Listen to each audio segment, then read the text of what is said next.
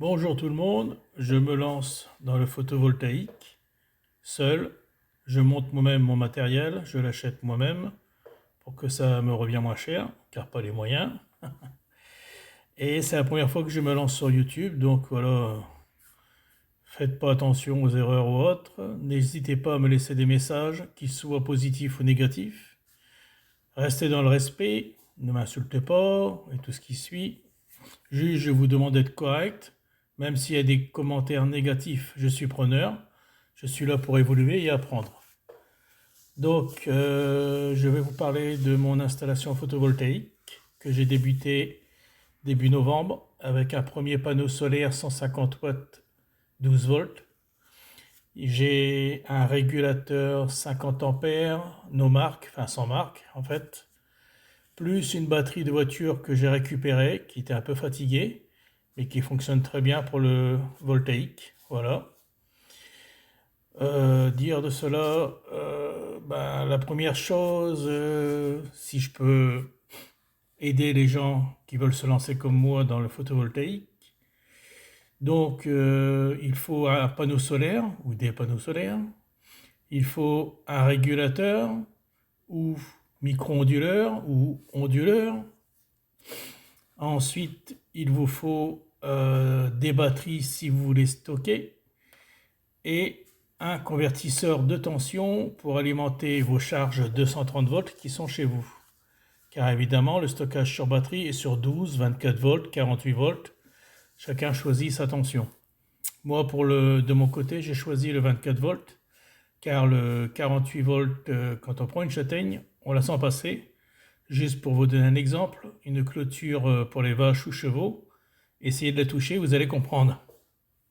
Sachant que jusqu'à 48 volts, la tension n'est pas mortelle. Donc pour moi, 24 volts, c'est le bon compromis. Parce qu'à 12 volts, vous êtes obligé d'avoir de plus grosses sections de câbles qui vous coûtent plus cher et c'est plus contraignant. Et surtout financièrement. Voilà. Voilà mon premier panneau solaire à 150 watts en 12 volts. Mon premier régulateur, c'est celui-ci, un no marque, qui marche très bien, 50 ampères. Ensuite, j'ai eu ce fameux Smart Solar, régulateur de tension. Puis celui-ci, quand j'ai eu les deux nouveaux panneaux. Et en dernier, j'ai eu le convertisseur de tension, 500 watts, 1000 watts en crête. Voilà, là c'est un peu bordélique, mais c'est pas grave, ça va être amélioré. Ma première batterie, celle de ma voiture qui était un peu fatiguée, mais qui fonctionne bien encore. Plus deux autres batteries, 12 volts, 100 ampères que j'ai racheté et je vais continuer à en acheter. Et mes fameux panneaux 375 watts en 24 volts. Le deuxième est derrière. Voilà, les câbles qui longent, mais ça, je vais améliorer pour que ça fasse propre. Et ici, ça sera mon petit coin solaire. Voilà, pour l'info, ça c'est l'interrupteur avec une petite lampe pour éclairer. Et un port USB multiple qui me permet de relier mes régulateurs de tension, merci le chien, au PC et que je vois ce qui se passe en temps réel. Avant toute chose, je parle de mon expérience avec mon installation et mes ressentis. Je ne suis pas un pro du panneau solaire, juste partager mon expérience. Je débute depuis début novembre et je reviendrai vers vous pour vous donner l'évolution de mon parc solaire. Éléments qui constituent mon installation solaire. 1. Le panneau solaire qui récupère l'énergie du soleil pour la restituer en électricité. Tu as des polycristallins ou monocristallins ou amorphes. Polycristallin, rendement entre 12 et 15% environ. Monocristallin, rendement entre 16 et 20% environ aussi. Amorphes, je ne connais pas leur rendement, mais ils sont beaucoup plus sensibles à la lumière, mais aussi très très coûteux. Moi j'ai pris des monocristallins, le meilleur compromis à mon avis. Alors, le régulateur qui régule la tension et l'intensité du panneau pour l'ajuster au mieux pour la batterie, tu as le PWM et le MPPT. Le premier est moins cher et surtout moins efficace. Donc j'ai pris le MPPT, qui est beaucoup plus efficace. Ensuite, tu peux avoir le micro-onduleur qui se fixe au dos du panneau et restitue directement le 230 volts. Mais pour l'autonomie, au revoir, il n'y en a pas. Et ensuite, l'onduleur, celui qui fait tout. Et même renvoyer le surplus EDF. Je ne m'étendrai pas dessus, trop de choses à dire, car moi j'utilise le régulateur. Donc, vous faites un retour dessus. Les batteries, plusieurs types de batteries, plomb AGM, celle des voitures. Ensuite, tu as les batteries gel, ensuite les OPZV, et pour finir, les lithium. Je les ai donnés dans l'ordre croissant de longévité et surtout de prix, car les lithium, elles sont très chères. Pour moi, ça sera la batterie AGM de voiture, ça ira très bien. Ensuite, le convertisseur de tension qui te permet d'augmenter la tension de tes batteries en 230 volts. Voilà en gros le nécessaire pour l'énergie solaire. Les batteries sont là pour l'autonomie hors production ou la nuit. Je n'ai pas dit sans soleil car la lumière du jour suffit à produire de l'énergie. Seule la nuit ou une forte épaisseur de neige peuvent obstruer la lumière. Avec 2 cm de neige, la lumière passe et donc production. Le maximum de puissance, vous l'obtenez face au soleil temps dégagé. J'ai pu obtenir le maximum en plein mois de novembre avec le panneau à 60 degrés d'inclinaison verticale et face au soleil. Donc pas besoin d'être au mois de juillet pour avoir toute la puissance. Il préconise plein sud et 35 degrés d'inclinaison serait la meilleure position. Pas tout à fait vrai pour les raisons évoquées précédemment. La meilleure position est face au soleil, ce qui implique un tracker solaire et surtout plus compliqué à mettre en œuvre. Pour moi, la meilleure position est déjà de connaître la trajectoire du soleil du matin au soir et à toutes les saisons pour pouvoir orienter au mieux ces panneaux. Ça, c'est quand on peut les orienter comme on veut, mais souvent on les pose sur une bâtisse ou le toit d'une maison. De toute façon, sans tracker solaire, vous n'avez pas 100% d'efficacité, mais assez pour pouvoir en profiter. Pour conclure sur ce point, la différence peut passer du simple au double, voire plus, de production, selon qu'on est à plat ou face au soleil. Pour mon expérience, novembre et décembre, 60 degrés d'inclinaison pour le meilleur rendement. Ensuite, je verrai au fil des mois. Pour les panneaux solaires, tu as du 12 et du 24 volts. Certainement d'autres tensions, mais sans intérêt pour mon cas, je précise. Au niveau puissance, ça peut aller de quelques watts à plus de 400. Les polycristallins ou monocristallins, sans rentrer dans les détails, les monos sont meilleurs. Pour ma part, j'ai un 1250 watts avec lequel j'ai commencé et que je me sers pour faire multiples expériences pour maîtriser au mieux mes futurs panneaux. Alors que j'écris, j'ai 2 nouveaux panneaux de 375 watts, 24 volts. Monocristallins, bien sûr, qui font 1m76 par 1m08 et 20 kg, des beaux pépères. Les régulateurs, idem, plusieurs solutions, du PWM ou du MPPT. J'ai choisi le MPPT pour son efficacité, malgré un prix plus élevé.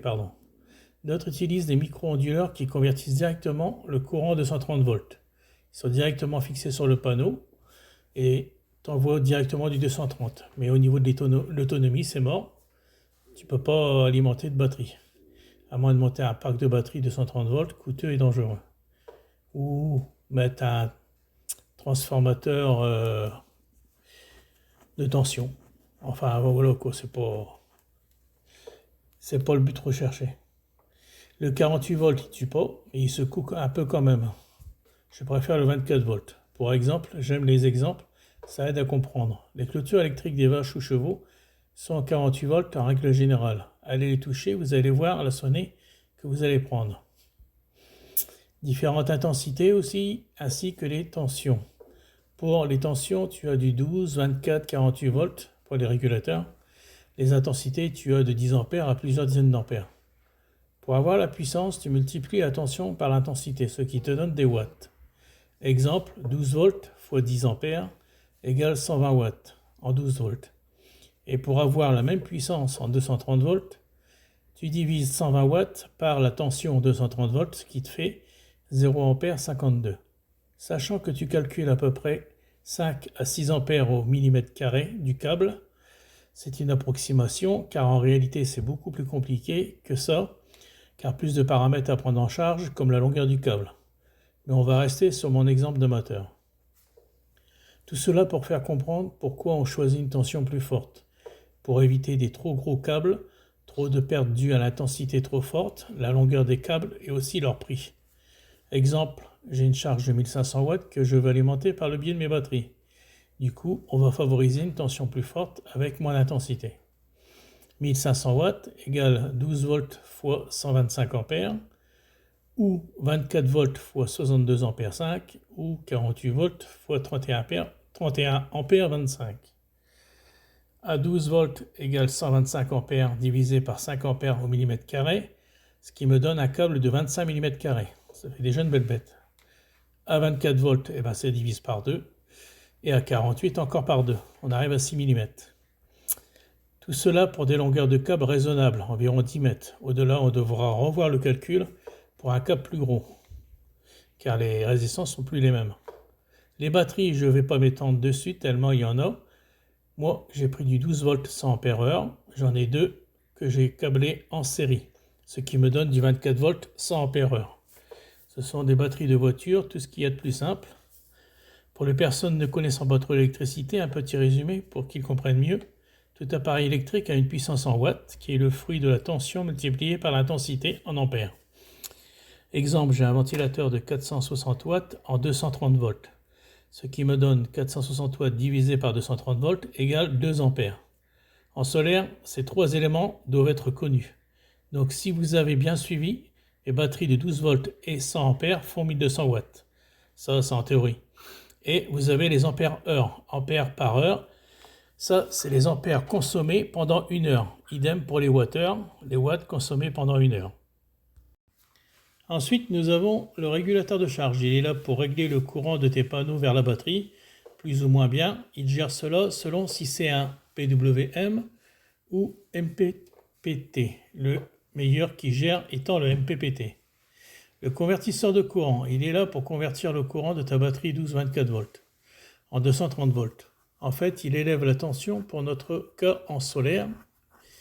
Du coup, il consomme plus ou moins de courant selon s'il convertit une petite ou grosse charge. Même s'il n'a pas de charge, mais qu'il est allumé, il consomme quand même, mais ça reste faible. Pour info, le mien à 500 watts en continu, 1000 watts en pointe, il consomme en veille environ 8 watts à l'heure, multiplié par 24 heures, ce qui fait 192 watts pour une journée. Par contre, dès que tu lui mets une charge, il va consommer plus, sachant qu'une charge de 100 watts consommera un peu plus à cause du convertisseur. Chose à savoir pour le stockage de l'énergie, tes batteries.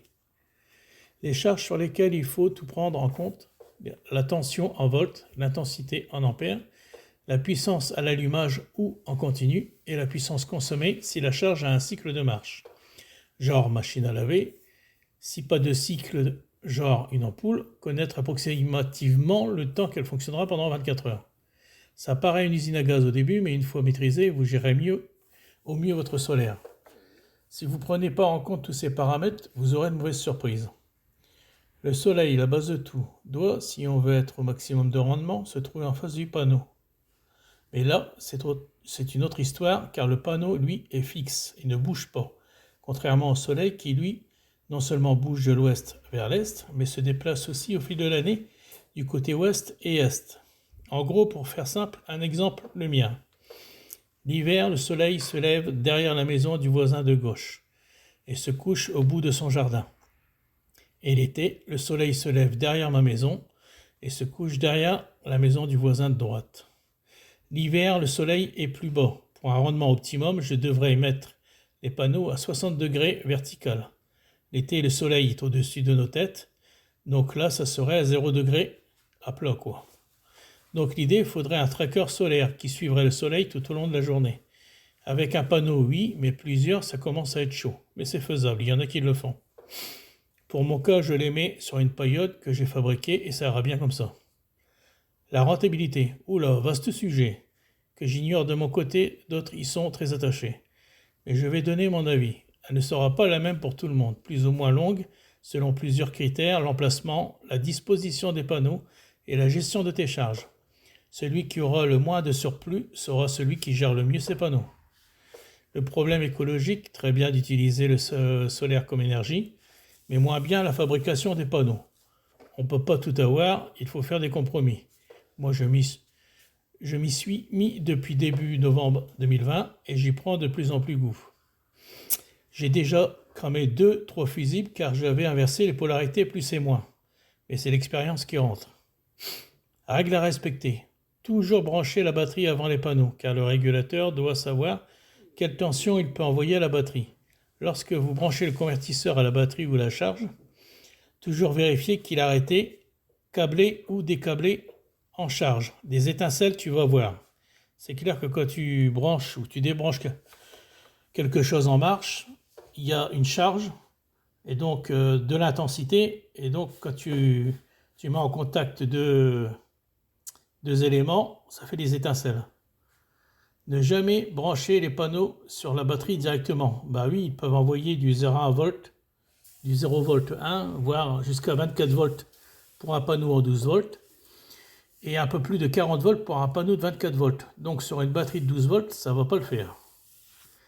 Câblage batterie, tu as le série ou le parallèle.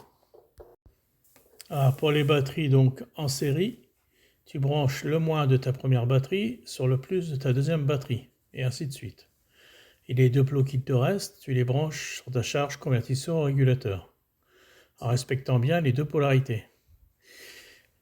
Deux batteries de 12 volts 100 ampères en série te donnent 24 volts 100 ampères. Les tensions 12 volts ou 24 volts s'additionnent, pas les ampères. Parallèle, pour deux batteries ou plus, tu branches le plus de ta première batterie sur le plus de ta deuxième batterie, et ainsi de suite. Pareil pour les moins. Et pour un bon équilibre, tu branches le plus de la première batterie et le moins de la dernière batterie sur la charge convertisseur au régulateur. Du coup, deux batteries en parallèle de 12 volts 100 ampères te donnent 12 volts 200 ampères. Le contraire de série, mis à part qu'au final, la puissance reste la même. Dans nos deux cas, 2400 watts. Câblage panneau, idem, série ou parallèle.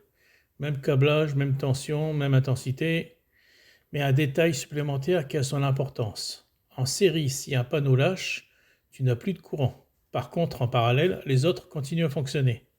Mais en parallèle, tu additionnes les ampères et du coup, obligé d'avoir de plus gros câbles, plus coûteux, avec de plus gros régulateurs aussi. Intensité des panneaux qui va à la batterie, évitez de dépasser les 20% de capacité de la batterie en charge. Genre 12 volts 100 ampères heure, évite de dépasser 20 ampères de charge à l'heure.